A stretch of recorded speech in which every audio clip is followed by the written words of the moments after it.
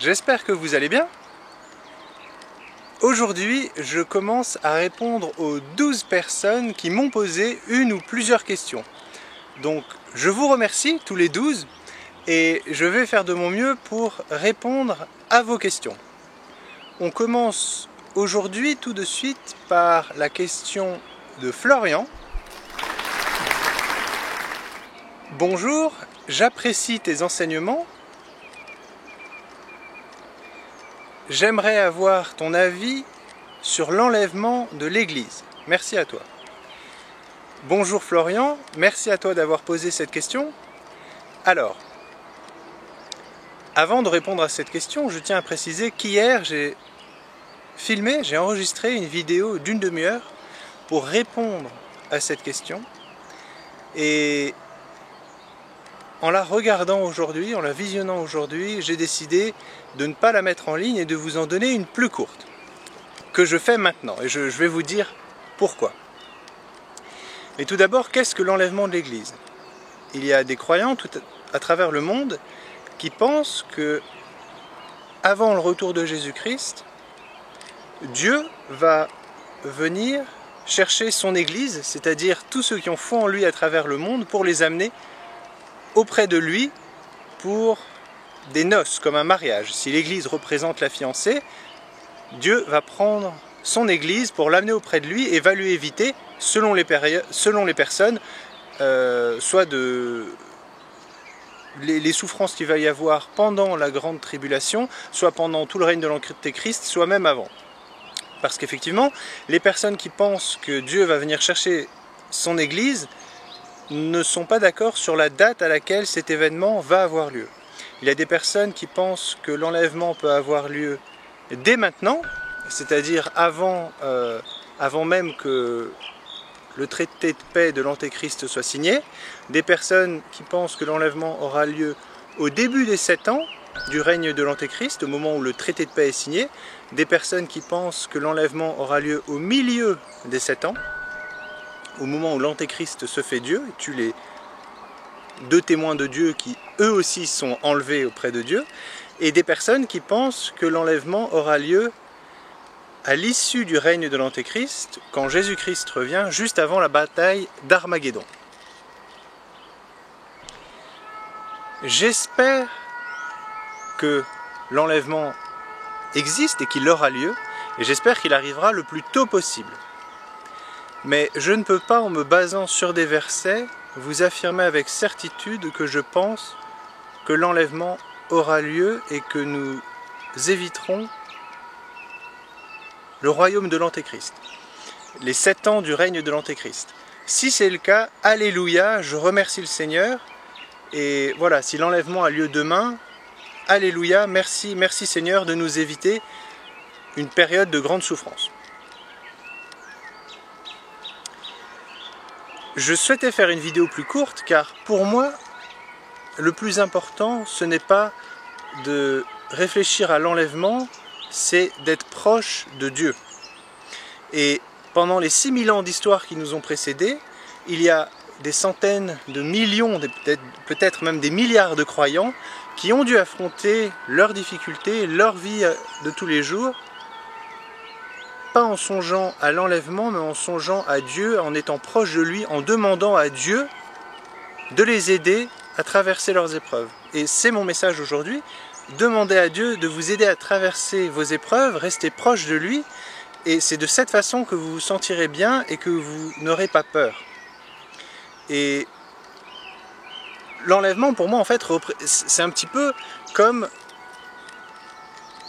Voilà, on ne sait pas, comme la mort, on ne sait pas quand est-ce qu'on va mourir, quand est-ce que notre corps ne sera plus sur terre.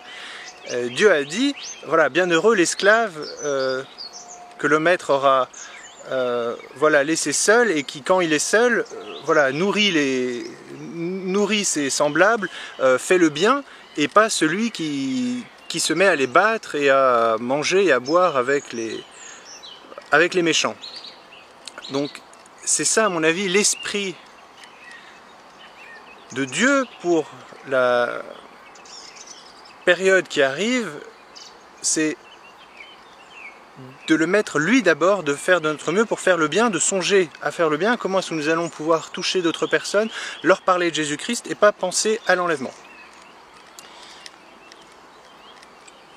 Il y a également un passage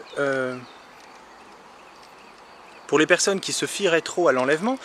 Déjà, pour avoir un ordre d'idée, les deux personnes qui ont été enlevés jusqu'à présent, qui ont été amenés auprès de Dieu, c'est Enoch et Élie, des personnes qui faisaient la volonté de Dieu, qui ont failli être tuées plusieurs fois, qui affrontaient leurs ennemis. Voilà, c'était vraiment des personnes qui ont fait beaucoup physiquement sur terre et que Dieu a jugé dignes. Voilà, ils devaient aimer leur cœur, bien entendu, mais ils ont quand même fait beaucoup de choses sur terre avant de pouvoir être enlevés.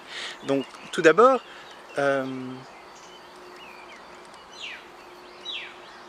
voilà, ne pas se fier dans l'enlèvement, mais voir comment on peut aider Dieu pour, au cas où l'enlèvement arrive. Voilà, Dieu nous juge dignes, il voit notre cœur, donc c'est le plus important, c'est que voilà, nous soyons sincères, mais que nous avons aussi, dans notre présence sur terre, fait de notre mieux pour écouter sa parole et appliquer ses commandements. Et pour continuer sur cette idée, c'est la dernière pensée de cette vidéo que je vais essayer de faire la plus courte possible, pour répondre à ta question Florian et pour vous donner mon avis sur l'enlèvement, c'est la parabole des 10 vierges.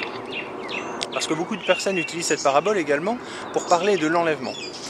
Et en la relisant aujourd'hui, et voilà, en y réfléchissant, quel est l'enseignement que l'on peut tirer de cette parabole des 10 vierges que vous pouvez trouver dans Matthieu 25, ces 10 vierges qui sont invitées pour un mariage, qui doivent se marier voilà, à leur mari. Donc encore une fois, ça pourrait représenter l'Église qui se marie à Jésus-Christ.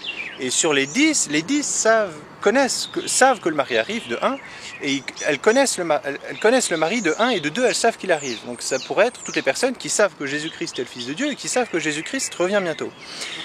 Et devant la longueur de la nuit, elles étaient là, elles attendaient, mais devant la longueur de la nuit, elles s'endorment, toutes. Et quand le mari arrive, certaines ont encore de la lumière, parce qu'elles avaient de l'huile, elles ont acheté de l'huile, elles avaient de la lumière dans leur lampe, elles sont prêtes pour leur mari, elles rentrent avec lui aux noces, la porte est fermée, et les 5 autres, l'autre moitié, elles, lorsque le cri les a toutes réveillées, elles n'avaient pas d'huile dans leur lampe, et le mari leur a dit « Vous n'entrez pas » parce qu'elles n'étaient pas lumineuses, retournez, je ne vous laisserai pas rentrer.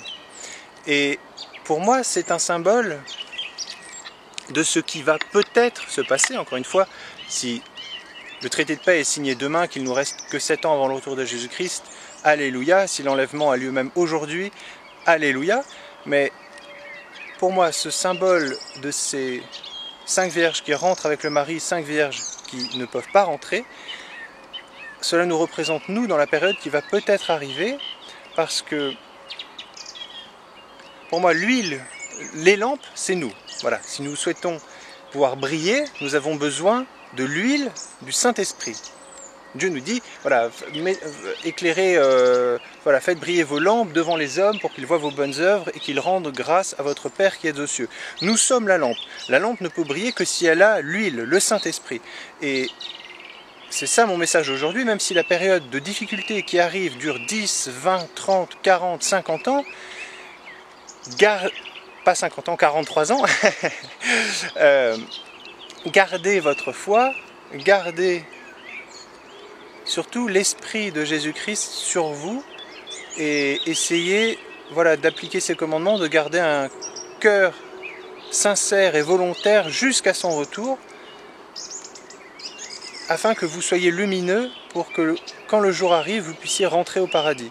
Et les personnes qui avaient peut-être voilà, une certaine foi, mais qui ne sont pas restées proches de Dieu, elles, leur lampe va s'éteindre, et malheureusement, ils ne garderont pas la foi jusqu'au retour de Jésus-Christ, ou jusqu'à leur mort, ou jusqu'à l'enlèvement. Pour moi, ces 3 choses sont similaires. Nous ne savons pas quand est-ce que notre temps ici est fini, nous devons garder le Saint-Esprit et vivre le plus proche possible de Dieu. Voilà, c'était mon message, ma réponse à ta question, Florian.